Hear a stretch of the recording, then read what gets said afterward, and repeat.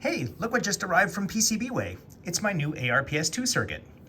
ARPS is the Arduino Robot Project Shield, and I designed it to make it easier for students to learn how to program an Arduino and build simple robots.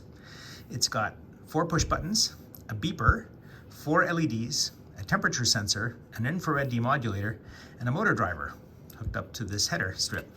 There's also a header for an optional sonar module. It just plugs right in, and 2 breakaway optical modules that can be set up as floor sensors or line sensors for a robot. And while this circuit worked great with the UNO R4s, on an UNO R3, this header could contact the metal shell of the USB-B connector. So I redesigned it to make ARPS2. I've moved the reset button over to the opposite side, moved the header over so that it's not in the way of the USB shell. It's got all the same parts in a slightly different arrangement.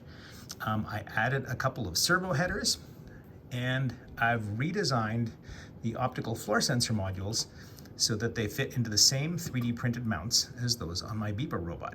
So this is going to be lots of fun, a great option for making robots and teaching students how to program using the Arduino UNO family.